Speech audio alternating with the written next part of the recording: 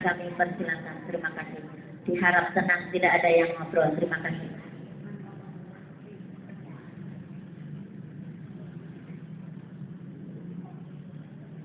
Assalamualaikum warahmatullahi ta'ala wabarakatuh.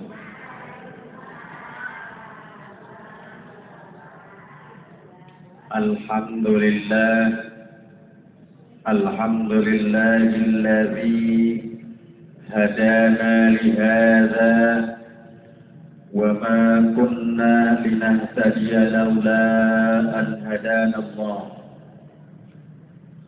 أشهد أن لا إله إلا الله وحده لا شريك له وأشهد أن سيدنا ونبينا محمدا عبده ورسوله الذي لا نبي بعده اللهم صل وسلم وبارك على سيدنا محمد صلى الله عليه وسلم وعلى آله وأصحابه أجمعين أيها الهادرون اتقوا الله حق تقاته ولا تموتن إلا وأنتم مسلمون فقد قال الله تعالى في كتابه الكريم وهو أصدق القائلين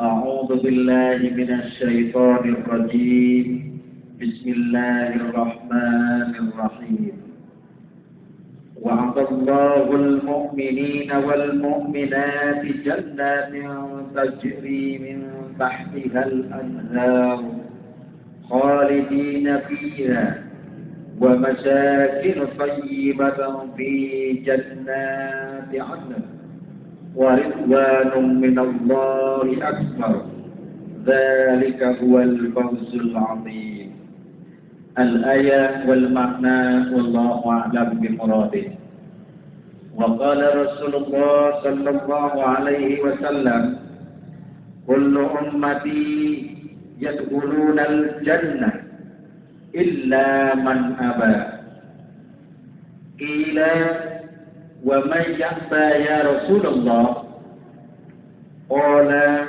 من أطاعني دخل الجنة ومن عصاني فقد أبى الحديث والمعنى والله أعلم بمراده أما بعد. Hadirin ma'asyiral muslimin jamaah Majlis Taklim Nurul Ikhlas yang saya hormati dan mudah-mudahan dimuliakan oleh Allah Subhanahu wa taala.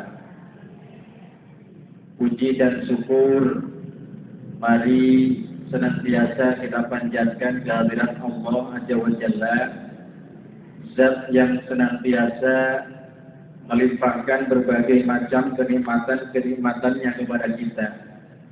Baik nikmat yang sifatnya fisik material berupa harta kekayaan, nikmat jabatan, titipan anak dari Allah, maupun nikmat yang sifatnya mental spiritual, nikmat keimanan, keislaman dan kesehatan yang alhamdulillah sampai saat ini masih kita rasakan kenikmatannya. Mudah-mudahan kenikmatan-kenikmatan tersebut akan senantiasa Allah limpahkan kepada kita sampai nanti malakal maut memisahkan antara jasad dan ruh kita, sehingga tatkala kita mati insyaallah mudah-mudahan Allah mematikan kita dalam keadaan husnul khatimah. Yang enggak amin mudah-mudahan enggak dikabul. Salawat ma'asalam ay makrunatan bita'lim, semoga tercurah kepada junjungan kita baginda yang mulia Rasulullah Muhammad sallallahu alaihi wasallam, para keluarga, para sahabat dan para pengikutnya, termasuk kita yang hadir di tempat yang berbahagia ini. Amin amin ya Allah ya Rabbal alamin. Ibu sehat, Bu? Sehat. Ya Allah. Alhamdulillah sehat. Modal utama Bu ya. Mudah-mudahan riungan kita di sini, walaupun berapa orang ini? Ada 200. Insya Allah.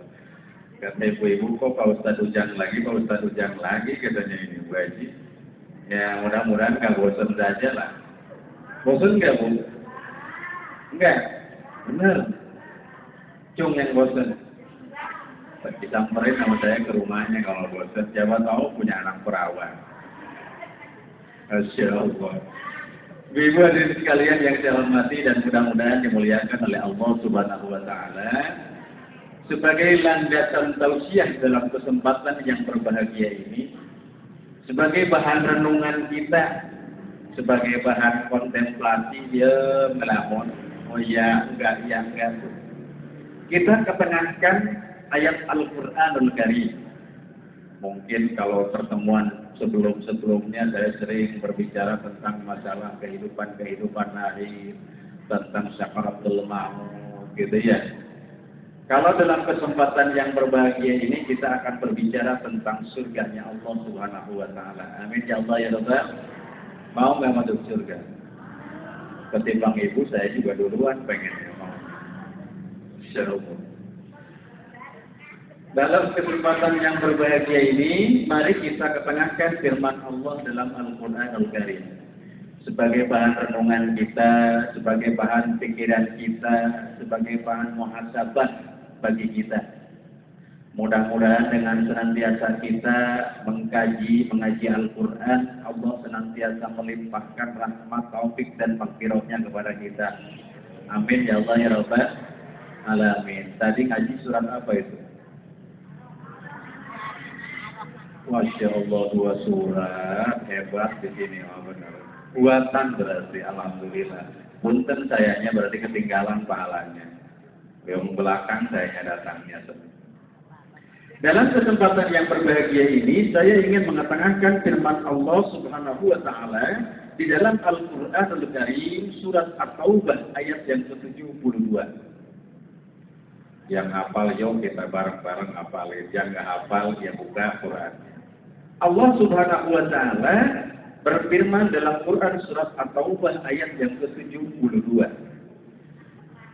Quran surat At-Taubah ayat yang ke-72 ini adalah salah satu janji Allah Subhanahu wa Ta'ala kepada hamba-Nya, kepada makhluknya. Yakin nggak Allah akan mengabulkan janjinya? Yakin. Kata siapa? Kata Al-Quran. Allah Maha menepati janji. Insya Allah, Allah tidak akan cedera, Allah tidak akan bohong dengan janjinya. Kenapa demikian? Karena Allah memiliki sifat Maha memenuhi janji. Nah, salah satu janji Allah di dalam Al-Quranul Karim yang termuat di dalam Quran surat At-Taubah ayat yang ke-72 itu, Allah menjanjikan kepada makhluknya bahwa yang namanya manusia akan Allah masukkan ke dalam surganya Allah Subhanahu wa Ta'ala. Amin ya Allah ya Rabbal. Ya kan, keterangan agama sudah katakan. Makanya tadi sebelum masuk ke At-Taubah 72, saya pun tadi mengangkat hadis dari Rasulullah, di mana Rasul katakan, kullu ummati yadkhulunal jannah. Setiap umatku akan masuk ke dalam surga. Amin ya Allah ya Rabbal. Illa man aba. Kecuali orang yang enggak mau, kecuali orang yang tidak mau, kecuali orang yang enggak. Jelas tidak? Kan Rasul katakan, kullu ummati yadkhulunal jannah illa man aba. Lalu sahabat bertanya, waman ada ya Rasulullah? Siapa sih yang dikatakan malas tidak mau masuk surga itu ya Rasulullah? Rasul jawab lagi, qala kata Rasulullah, man ata'ani dakhalal jannah. Barang siapa yang ikut manhajku, yang ikut ajaranku, yang ikut sunnahku, yang ikut Rasulullah sallallahu alaihi wasallam, dakhalal jannah, maka dia akan masuk surga. Amin ya Allah ya Rabbal. Wa man asani, dan barang siapa orang yang bermaksiat kepadaku, kalau bermaksiat kepada Rasulullah, hakikatnya kepada Allah. Kata Rasulullah, wa man asani faqad aba. Maka kalau dia maksiat kepadaku, itulah orang-orang yang enggan, yang malas, yang tidak mau untuk masuk ke dalam surganya Allah Subhanahu wa Ta'ala. Mudah-mudahan kita menjadi bagian orang-orang yang akan dimasukkan oleh Allah ke dalam surga. Amin ya Allah ya Rabbal alamin. Tuh, kalau enggak ngaji tentang kematian mah rada seger gitu tuh. Kalau udah ngaji tentang itu mau pada begini, Nah, yang lebih jelasnya Allah janjikan dalam Quran surat At-Taubah ayat yang ke-72. Ini salah satunya janji Allah. Kita harus yakini bahwa Allah pasti akan memenuhi janjinya. Karena Allah mustahil untuk tidak memenuhi janji. Salah satunya Allah katakan, wa'adallahu'l mu'minina wal mu'minat. Apa itu? Jannatun tajri min tahtihal anharu khalidina fiha wa masya'in tayyibatan fi jannati adn wa ridwanum minallahi akbar dzalika huwal fawzul azim. Silakan dirubah. Bukan kata Pak Ustaz, bukan kata para kiai, bukan kata para ajengan, bukan kata para ulama, tetapi Al-Quran yang menaskan di dalam Al-Quranul Karim. Kita yakini Al-Quran kebenaran.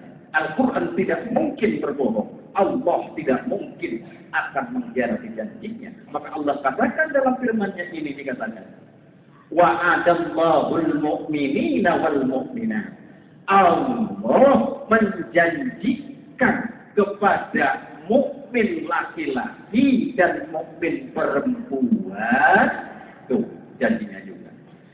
Jadi bukan ustaz saja yang dijanjikan oleh Allah, bukan kiai saja, tetapi al-mu'minin wal mu'minat. Jadi seluruh umat manusia Allah janjikan. Di sana dikatakan dalam At-Taubah ayat yang ke-72 itu. Lanjut. Bukan hantu. Tapi katanya Pak Ustadz Ujang ngomongnya kenceng, maklum orang kampung masuk ke sini, jadi biasanya ngomongnya kenceng gitu. Ya, di sini dikatakan oleh Allah Subhanahu wa Ta'ala, wa Allahul mu'minina wal mu'minat. Allah sudah menjanjikan kepada orang-orang yang beriman, baik laki-laki atau perempuan. Apa janji Allah? Jannatin tajri min tahtihal anhar. Satu. Janji Allah yang pertama. Jannatin tajri min tahtihal anhar. Janji Allah kepada orang-orang yang beriman adalah mereka akan memasuki atau akan dimasukkan oleh Allah ke dalam surganya Allah Subhanahu wa Ta'ala min tahtihal anhar, yang mana dalam surga itu ada sungai yang mengalir. Masya Allah. Tapi jangan sampai pikiran kita, oh berarti kayak kali Cisadane ya Ustaz. Jangan kayak begitu mas. Itu mah tidak bisa dibayangkan, tidak bisa dirasakan. Kalau mau ke sana, amal soleh yang menentukan. Itu maknanya. Hanya Allah yang tahu, tetapi gambarannya min tahtihal anhar. Ada sungai yang mengalir di bawahnya. Kenapa Allah kiaskan? Kenapa Allah gambarkan dengan sungai, dengan air? Pan lain bu, kalau di rumah sedikit rada punya duitnya, rada numpuk. Ya kan, bikin rumah yang gede, sudah kan ya, bikin rumah.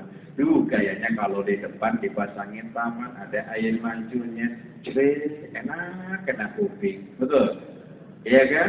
Tidak salah, ada tuh usia mah sudah 90 tahun, lagi pusing, Ustaz, saya mau jalan-jalan aja ke pantai. Ke pantai mau ngapain bu? Nenangin pikiran biar adem. Di pantai ada apa? Air. Tuh. Makanya tidak salah gambaran Allah Subhanahu wa taala, min tahtihal anhar, di bawahnya ada air yang mengalir. Artinya apa? Kesenangan, ketentraman ada di situ. Mau tidak masuk ke situ? Insya Allah. Yang penting kita ikhtiar dalam beribadah, dalam beramal. Hati-hati, maknanya begitu. Allah janjikan ini. Allah yang menjanjikan. Dinaskan di dalam Al-Quranul Karim. Wa'adallahu al-mu'minina wal-mu'minat jannatin tajri min tahtihal anhar. Lalu kelanjutan kalimatnya apa? Khalidina fiha. Ternyata kata Allah, mereka akan masuk ke dalam surganya Allah yang begitu indahnya itu. Mereka akan menetap selama-lamanya di dalam surga itu. Masya Allah. Yo, dong serius dehnya, begitu tuh. Iya. Bu ngerti? Nggih. Bu ngertos? Nggih. Nah apa Bu?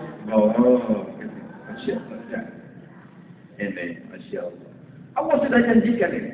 Yuk mangga nanti di rumah. Ah benar enggak sih nanti? Muhasabah lagi, ya belajar lagi. Oh dibuka Qurannya. Quran At-Taubah 72 benar enggak sih? Jangan bisa aneh Pak Ustaz ujang kira. Coba tak buka Maryam. Dibuka Maryam ujung. Allah katakan seperti itu.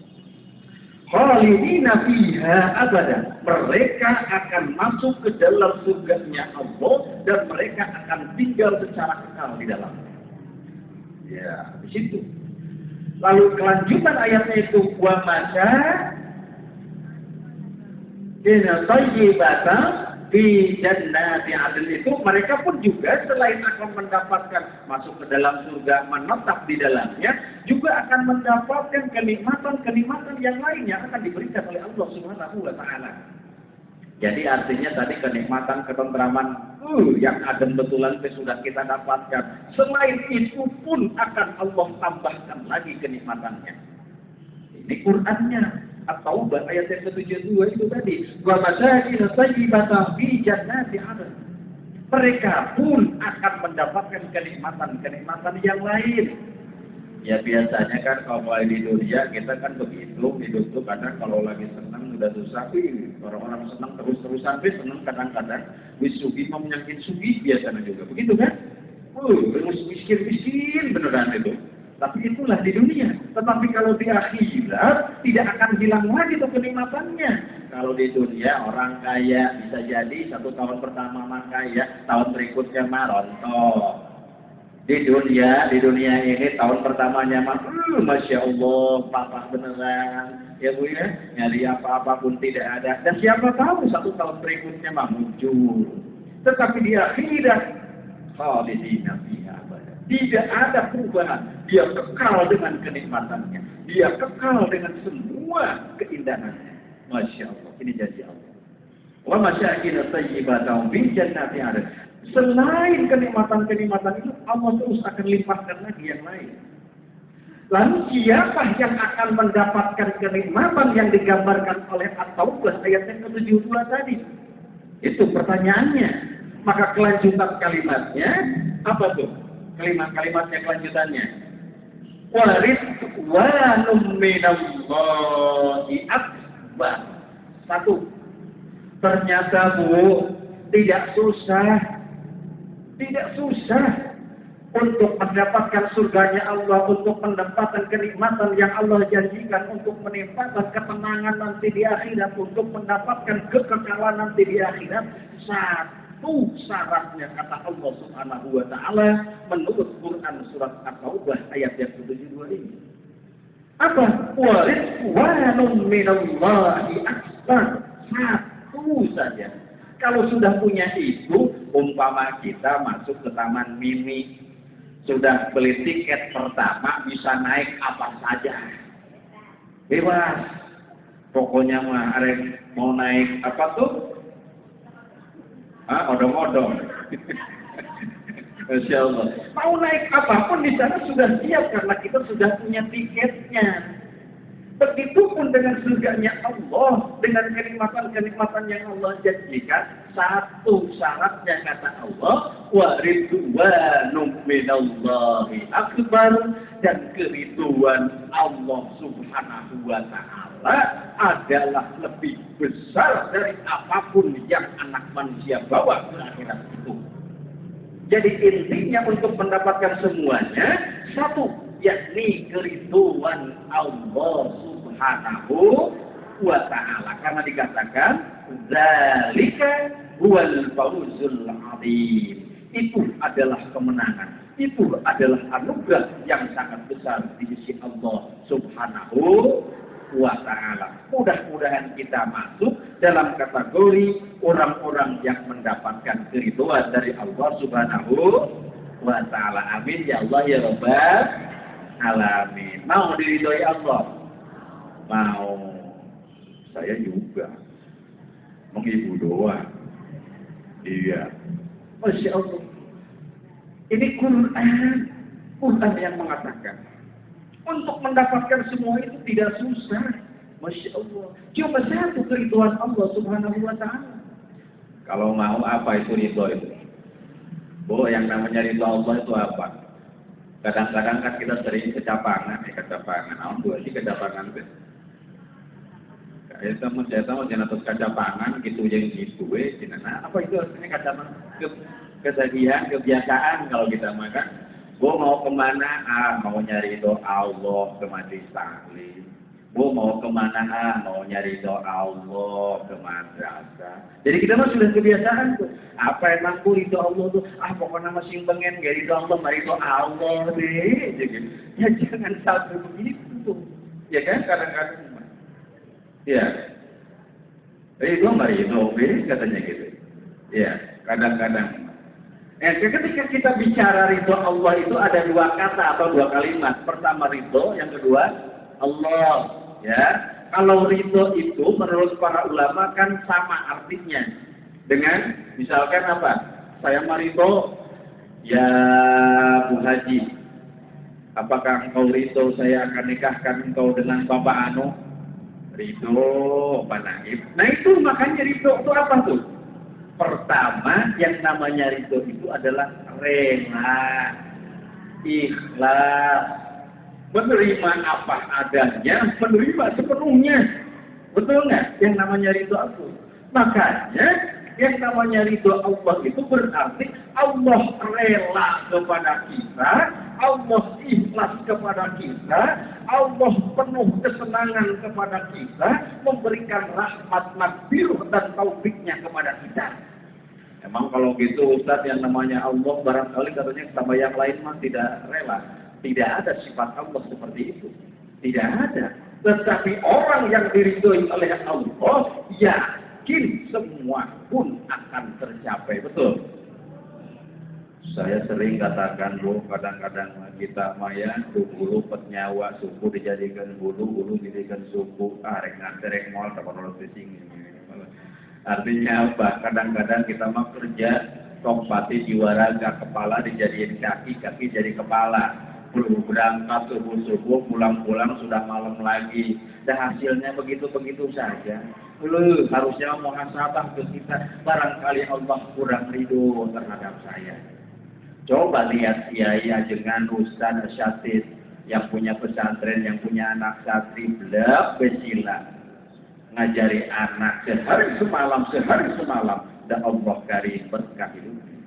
Kenapa? Allah ridho kepada yang bersangkutan. Sehingga kalau sudah ridho, Allah akan bukakan seluruh pintu rahmat dari langit dan dari bumi. Maka pada datang sendiri rezeki itu juga. Apa artinya bagi kita? Mencari rezeki perlu, tetapi jangan terlalu mendewa-dewakan. Jangan sampai hubud dunya wa farahiyatul akhir. Ingat kehidupan akhir. Masya Allah, ingat waktu sholat, waktu ngaji. Hari di sini mah ada masa udah neli-neli begini mah masih begitu. Nggak ada, yakin.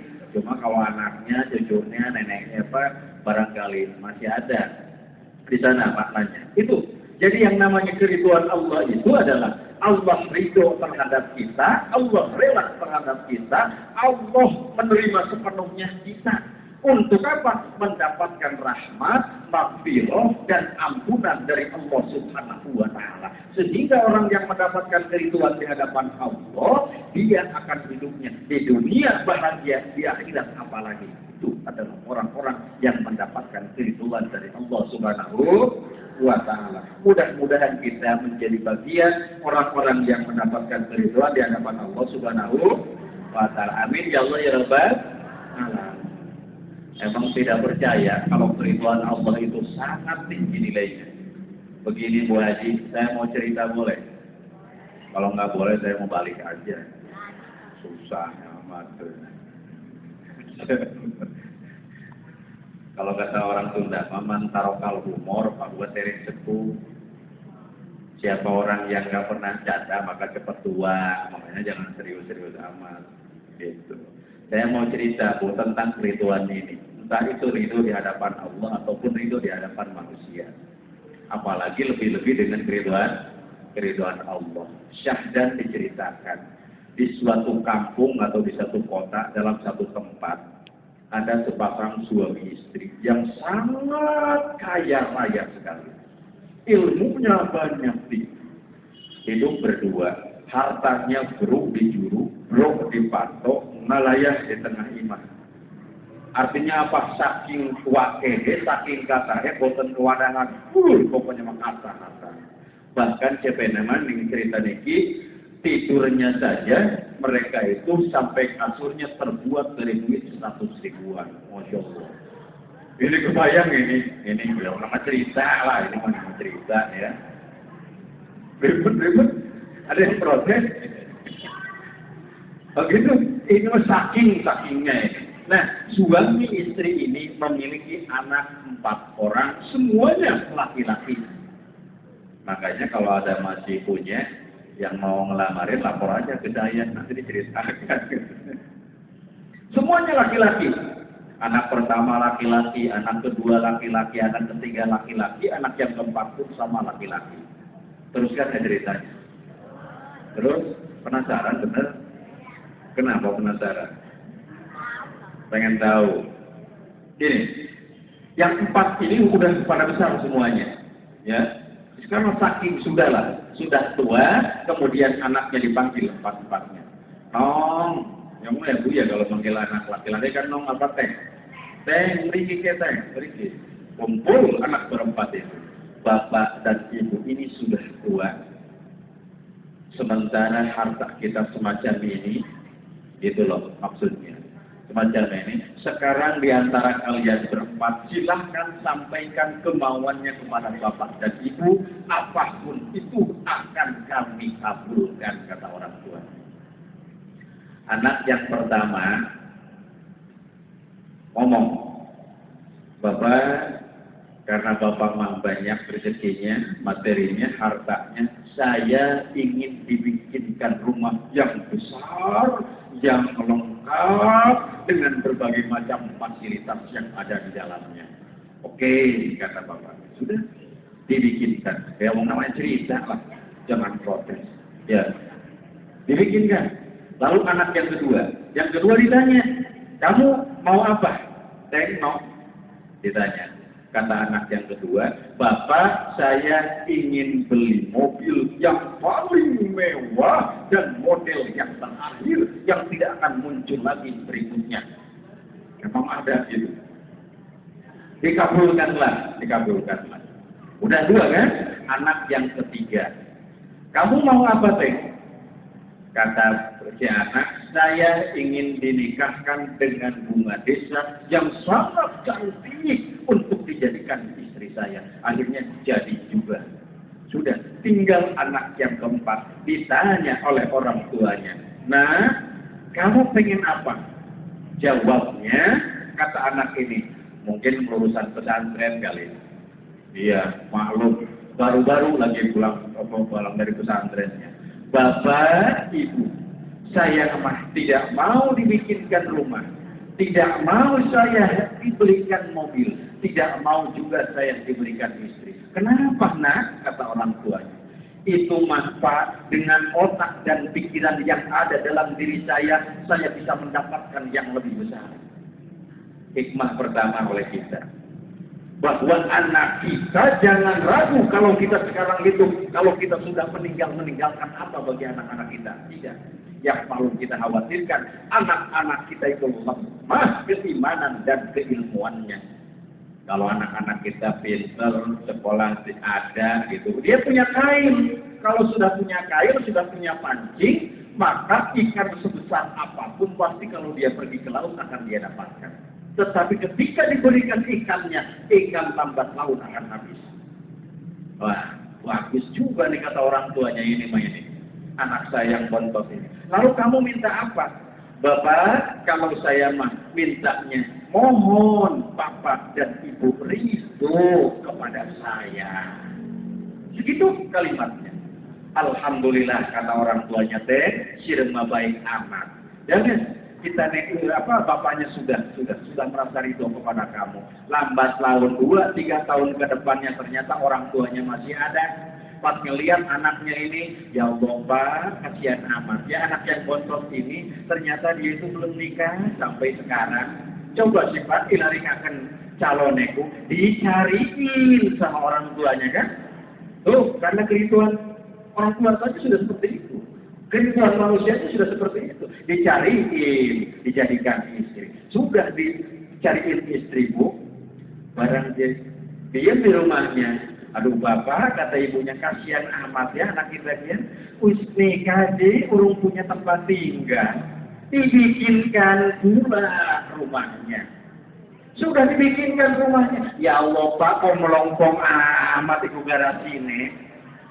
Akhirnya mobilnya pun dibelikan, ujungnya rumah dapat, mobil dapat, keriduan dapat, bahkan istri pun dapat. Itu keriduan dari orang tua, keriduan di hadapan manusia, apalagi di hadapan Allah.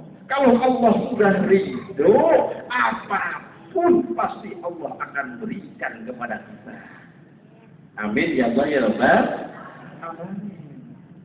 Itu gambaran keriduan. Jangankan manusia, Allah apa lagi? Jangankan Allah, manusia pun kalau sudah ridho, maka akan dikabulkan semuanya. Jadi prinsip hidup dalam kehidupan kita mencari keriduan Allah Subhanahu wa Ta'ala.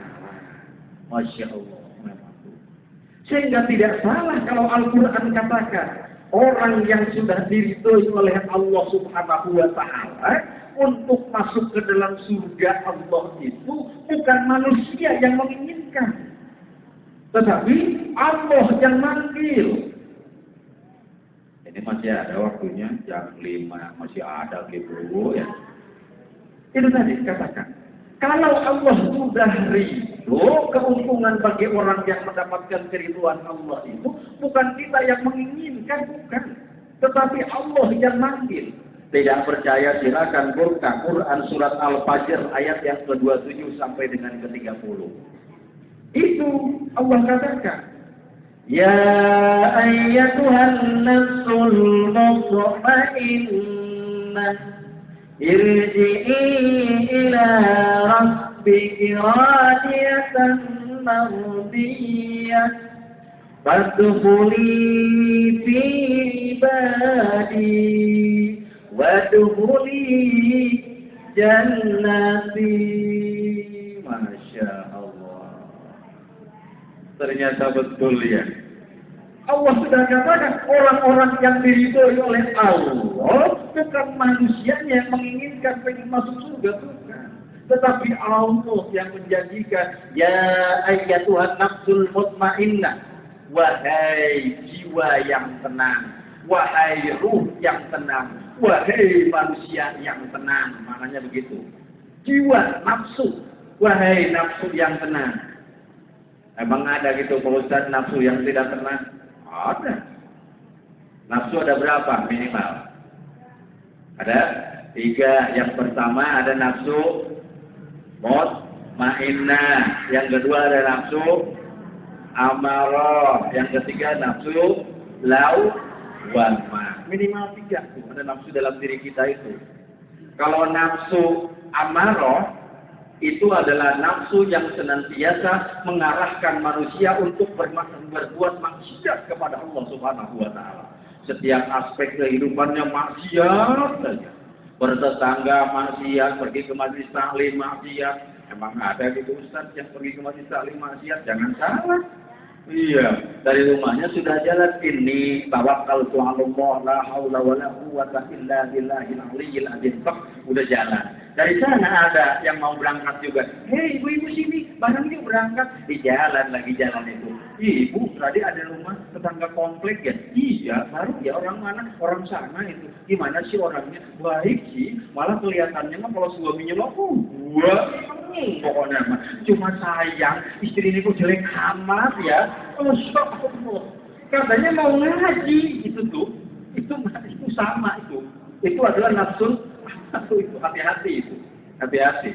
Mau ke majelis taklim kita maksiat, mau jalan ibadah ke masjid maksiat, bahkan mau haji maksiat. Masya Allah, na'udzubillah, semua na'udzubillah ini. Nafsul amarah yang senantiasa mengarahkan manusia itu untuk berbuat maksiat. Lalu ada nafsul lawamah. Apa sih Ustaz yang namanya nafsu lawamah itu? Lawamah itu nafsu yang sisi kanan menyuruh kepada kebajikan, yang sisi kirinya menyuruh kepada keburukan atau kemaksiatan. Bagaimana contohnya? Bismillah, misalkan ini ibu pergi ke BCI, ada lampu merah kan? Ada lampu merah, Masya Allah. Bu, Assalamualaikum Bu, dereng mangan Bu, dereng mangan. Barang dikasih mah dikasih, belum wong siram masjid, wong si enom wis mengkonon, megawe kan. Sudahlah farduhu ilallah, kalau kita memberikan mah urusan dia dengan Allah, itu urusan dia. Dia sehat, dia apa, dia sakit, itu bukan urusan kita. Kalau kita mau sedekah, kasih saja sudah. Mau kesel, jasad kan udah keseringan, memang dia juga sih kalau begitu mah. Kadang-kadang mah masih seger-buger ya. Kenapa? Karena dia tidak memahami aturan agama.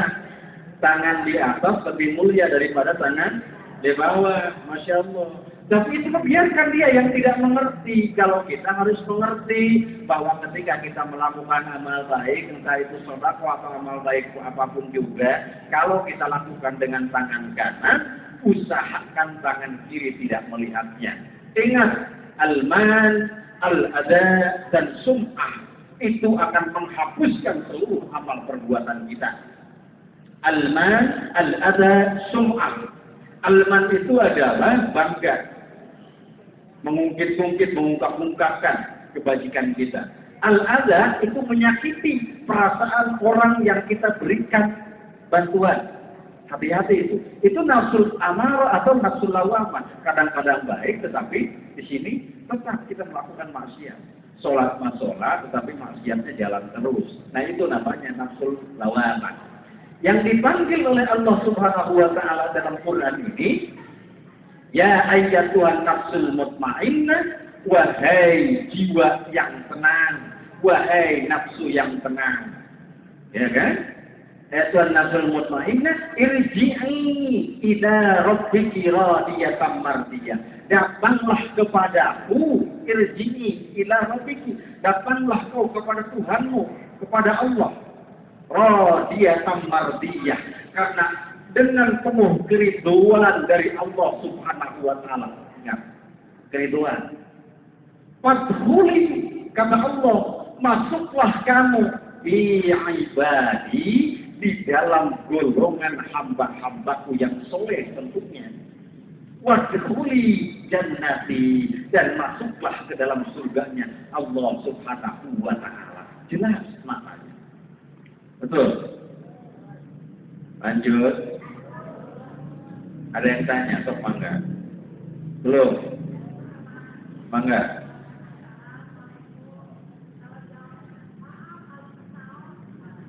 Oh gitu. Itu kan lebih sopan, menolak ya. Maaf, kenapa?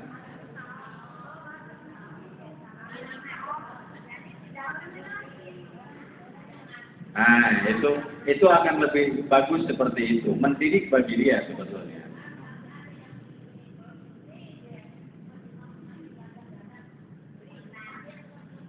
Iya.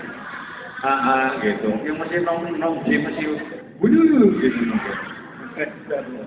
Ya itu tadi, Bu Haji. Iya, itu tadi Bu Haji ya. Kadang-kadang mau masih apa ya, masih seger-buger, tapi akan baik seperti itu tadi, kita menolaknya pun jangan sampai menyakiti perasaan yang bersangkutan. Tapi kalau kita ada, mari dikasih juga, farduhu ilallah. Kita tidak usah berpikir dia sehat, dia apa. Tidak usah, yakin Allah akan menerima dengan niat kita yang ikhlas di hadapan Allah. Ya, jangan sampai ngasih, tetapi ngerunek itu yang tidak boleh. Di sana dikatakan, ya ayyuhalladzina amanu la tubtilu shadaqatikum bil manni wal adza. Jelas kalimatnya. Ya, dengan bangga dan juga mengungkapkan kebajikan kita, wal adza, dan menyakiti perasaan orang yang kita berikan pertolongan itu. Itu yang sangat tidak boleh. Maka akan menghapuskan seluruh amal perbuatan kita kalau kita tetap melaksanakan itu. Kalau tadi kasusnya seperti itu akan lebih bagus. Kalau ada yang kayak begitu, punten dulu ya gitu. Punten dulu, punten saja biar kan loyong. Usir mah, usir nongkrong, usir monon. Aduh, apa tuh jawabnya katanya?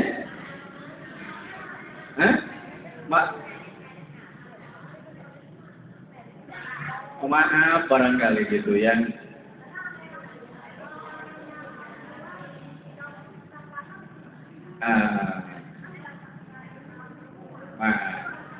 iya betul. Makanya punten, kalau saya kalimatnya punten aja dulu gitu, punten. Maaf ya biasa lah gitu. Tapi insya Allah kalau kita menyampaikan seperti itu, insya Allah itu akan dihindarkan dari perbuatan yang bisa merusak amal dan perbuatan kita. Ibu-ibu hadirin sekalian yang saya hormati dan mudah-mudahan dimuliakan oleh Allah Subhanahu wa Ta'ala. Lalu bagaimana cara mendapatkan keridhaan Allah itu? Tadi kan kita katakan Allah sudah janjikan, Allah sudah janji di dalam Quran surat At-Taubah ayat yang 72 itu bahwa Allah akan memasukkan manusia, Allah akan memasukkan makhluknya ke dalam surganya Allah dengan satu syarat, yakni orang-orang yang diridhoi oleh Allah Subhanahu wa Ta'ala. Ibu mau, saya mau, kiai mau, ustaz mau, ajengan mau, bahkan tukang maling pun mau diridhoi oleh Allah. Iya, saking ini mah maklum. Allah. Saking baiknya malingnya barangkali punten ya, pulangnya ayun maling harta wong iku, masya Allah. Kalau ada yang kayak gitu itu mah kelewatan. Masya Allah. Berikut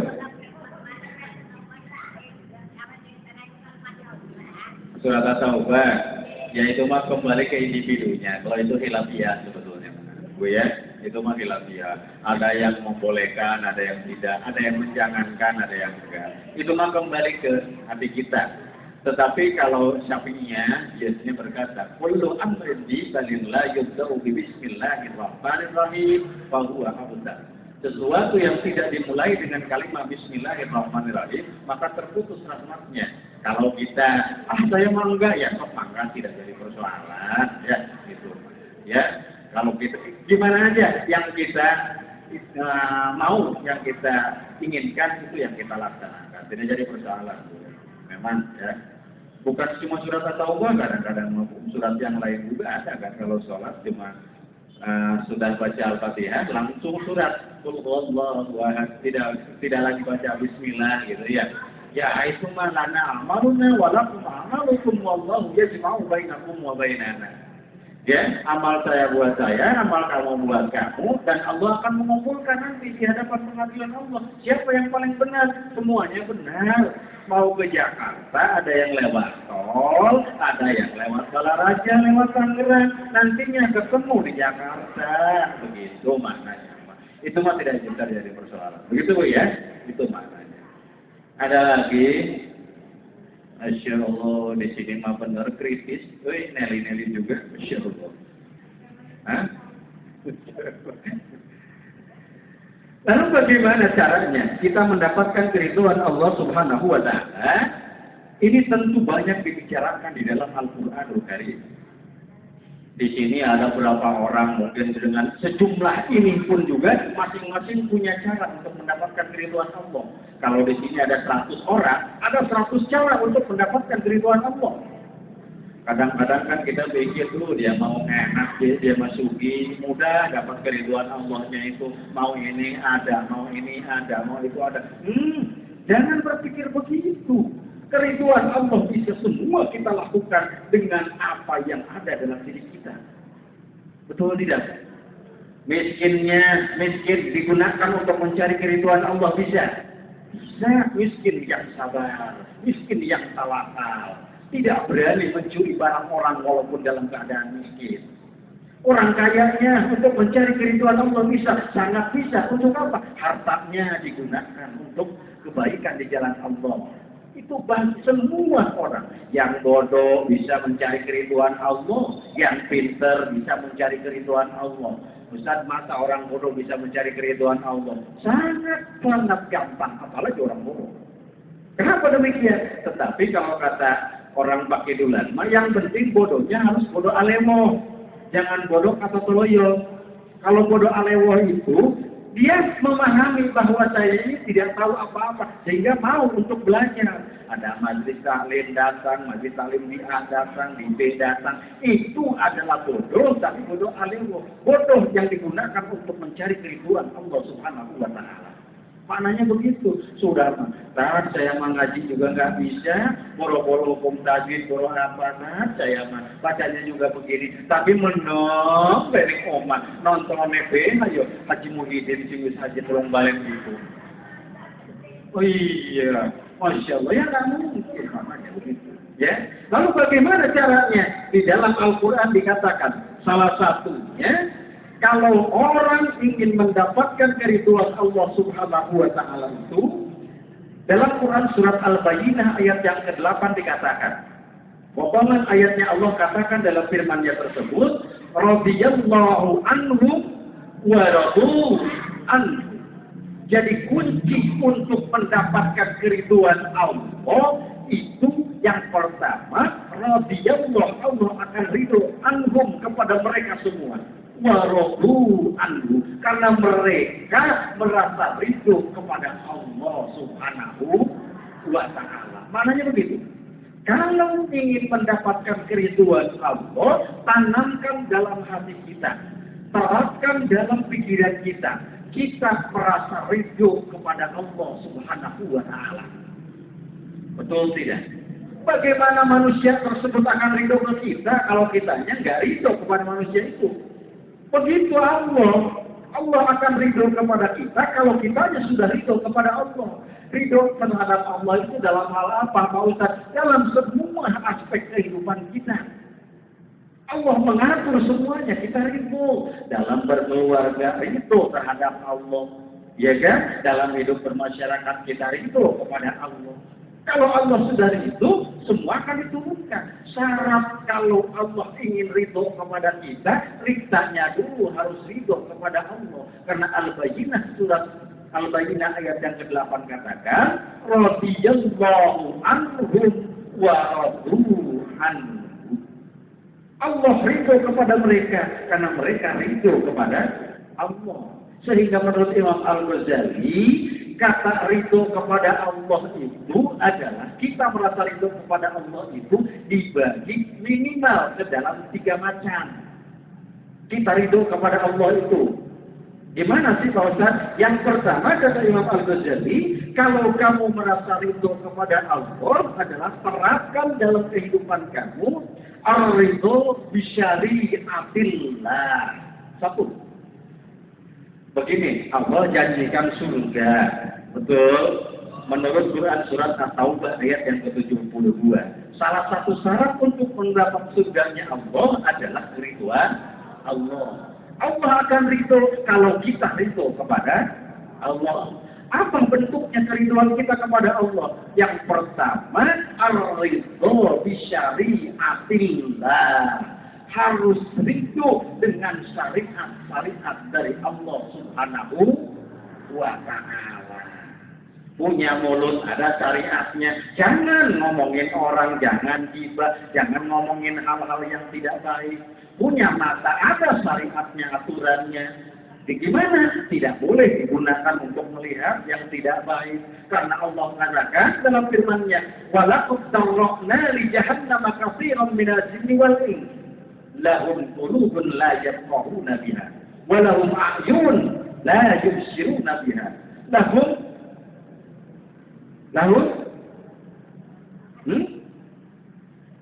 Kenapa wajib? Tuh.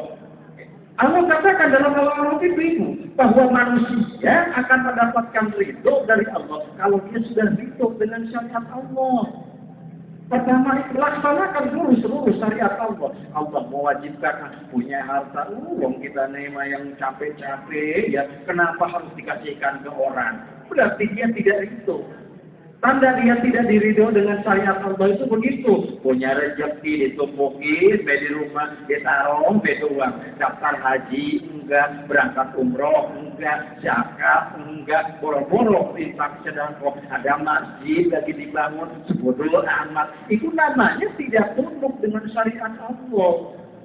Itu mananya. Yang pertama, kalau Allah mau ridho terhadap kita, kita harus ridho kepada Allah. Ridho kepada Allah, pertama, tanamkan dalam diri kita, harus ridho dengan syariat Allah. Kalau tidak ridho dengan syariat Allah, mustahil Allah akan memberikan keridhoan terhadap manusia tersebut. Masya Allah. Masih ada waktunya? Masih hebat. Ayo. Ya. Kenapa? Nih, satu. Ya, yang namanya ridho kepada Allah itu pertama ridho dengan syariat Allah. Yang kedua, kata Imam Al-Ghazali dikatakan, setelah kita ridho dengan syariat Allah, yang kedua, tanamkan dalam diri kita. Pasang dalam pikiran kita, ar-ridho biqada illah. Tadi syariat Allah sudah ada. Lalu kemudian kata Imam Al-Ghazali, kalau ingin Allah ridho, kamu harus ridho dengan ketentuan Allah Subhanahu wa Ta'ala, dengan qada dan qadarnya Allah Subhanahu wa Ta'ala. Kan tadi dikatakan ar-ridho bi qada illa khairihi wa syarrihi minallah. Yakini dalam hati kita bahwa sesuatu yang datang kepada kita hakikatnya dari Allah. Khairihi wa syarrihi, bagusnya dari Allah, jeleknya pun dari Allah Subhanahu wa Ta'ala. Cuma emang kadang-kadang mana ini kita tuh. Kadang-kadang ya. Iya, kalau lagi nilai rezeki banyak mau dengan bangganya ngomong pun juga, Masya Allah. Beginilah kalau orang beragama Islam itu, kalau taat beragama itu, Allah pun Masya Allah itu banget sama kita mah. Tuh lihat kehidupan saya mah. Jangan. Iya kan? Masya Allah. Ini kadang-kadang ridho kepada ketentuan Allah, ridho kepada qada Allah. Bagaimana Pak Ustaz Ujar? Contoh ridho dengan ketentuan Allah, khairihi wa syarrihi minallahi ta'ala. Barangkali di rumah, barangkali yang punya pasangan suaminya sedang sakit atau anaknya sakit, jangan kita itu ngedumel, jangan kita itu pokoknya segala-galanya keluar. Masya Allah Bu, kadang-kadang kita ridho dengan qada Allah. Kalau lagi sehat mah bapaknya, apalagi akhir bulan kerjanya lagi habis gajian, ini yang nom-nom biasanya mah udah disambut 7 langkah dari depan pintu juga. Wih, papa datang. Iya kan? Karena dia meridhonya dengan ketentuan Allah yang baik saja. Barang bapaknya lagi nggak bawa duit mah sengaja buru-buru nyambut 7 pintu di depan 7 langkah di depan pintu. Wis parah langsung dikunci. Blok. Cepet. Ma, wis kalau gua bisa berada lu ngepane gitu. Allah karim. Ini tandanya kita. Itu dengan ketentuan Allah. Masya Allah, di rumah punya suami sudah sama-sama dengan kita, sudah tidak berdaya, ngelekor di kamar. Atau kita punya orang tua masih barangkali yang punya orang tua masih lagi sakit, ya buang air sudah di situ. Ya Bu ya, buang kotoran sudah di situ. Kadang kan lucu dalam hati kita, siapa modal baik Allah karim. Tandanya ini orang tidak ridho dengan ketentuan Allah. Masya Allah, Masya Allah. Kadang-kadang. Ya kalau di sini mah yakin tidak ada di sini mah. Ini menjauh di sana. Iya, insya Allah di sini mah nggak ada. Kadang-kadang kalau kita menyadari dengan qada dan qadarnya Allah, tidak ada hati yang tidak menerima dengan apapun ketentuan Allah. Ya Allah, Pak, begini terus kita pimpin suami kita, terus kita urus orang tua kita, apalagi orang tua yang sudah jompo. Ini maknanya, Masya Allah.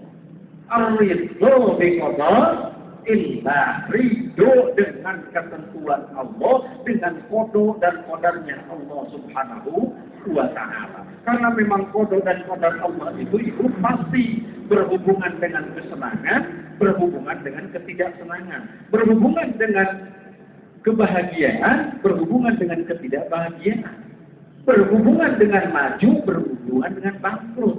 Itu adalah takdir Allah. Sebetulnya takdir Allah. Kalau orang yang mengaku beriman kepada Allah dan ingin Allah ridho kepadanya, apapun yang terjadi dalam diri kita, farudduhu ilallah, khairihi wa syarrihi minallahi ta'ala. Kita akan mampu sabar ketika mendapatkan musibah, dan kita akan mampu bersyukur ketika mendapatkan kenikmatan dari Allah Subhanahu wa ta'ala.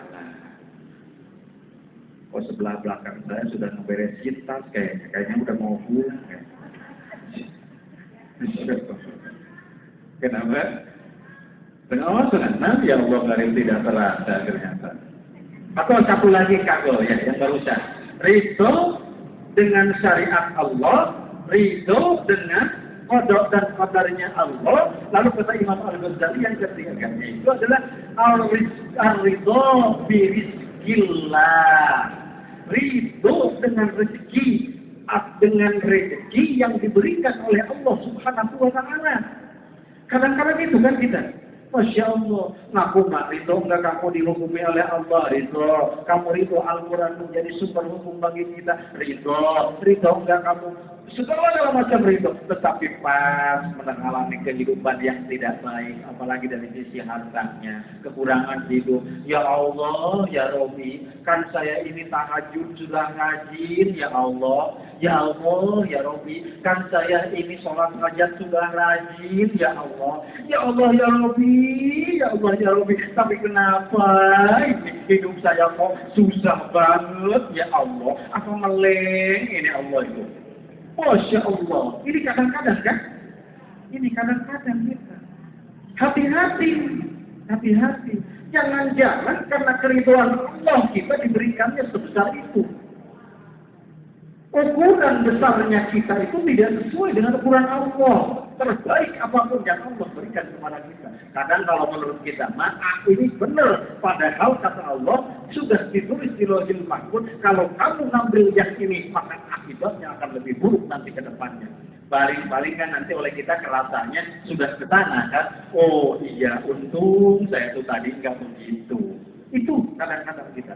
Nah, orang yang ingin diridhoi oleh Allah, pertama dia harus ridho dengan syariat Allah, yang kedua dia harus ridho dengan qada Allah, yang ketiga dia harus ridho dengan rezeki yang diberikan oleh Allah Subhanahu wa ta'ala. Maka kalau kita sudah menerapkan sikap hidup seperti itu, insya Allah kita menjadi bagian orang-orang yang akan dipanggil oleh Allah Subhanahu wa ta'ala. Fadkhuli li ibadi wadkhuli jannati. Amin ya Allah ya Rabbal alamin. Mudah-mudahan kita menjadi bagian orang-orang yang diseru oleh Allah untuk masuk ke dalam golongan hamba-hamba yang soleh di hadapan Allah dan dipanggil untuk masuk ke dalam surganya Allah Subhanahu wa ta'ala. Amin ya Allah ya Rabbal alamin. Itu saja barangkali yang dapat saya sampaikan dalam kesempatan yang berbahagia ini. Benarnya apa yang saya sampaikan itu murni hidayah dari Allah Subhanahu wa ta'ala, berkah dari guru-guru saya. Mudah-mudahan mereka mendapatkan tempat yang layak di sisi Allah Subhanahu wa taala.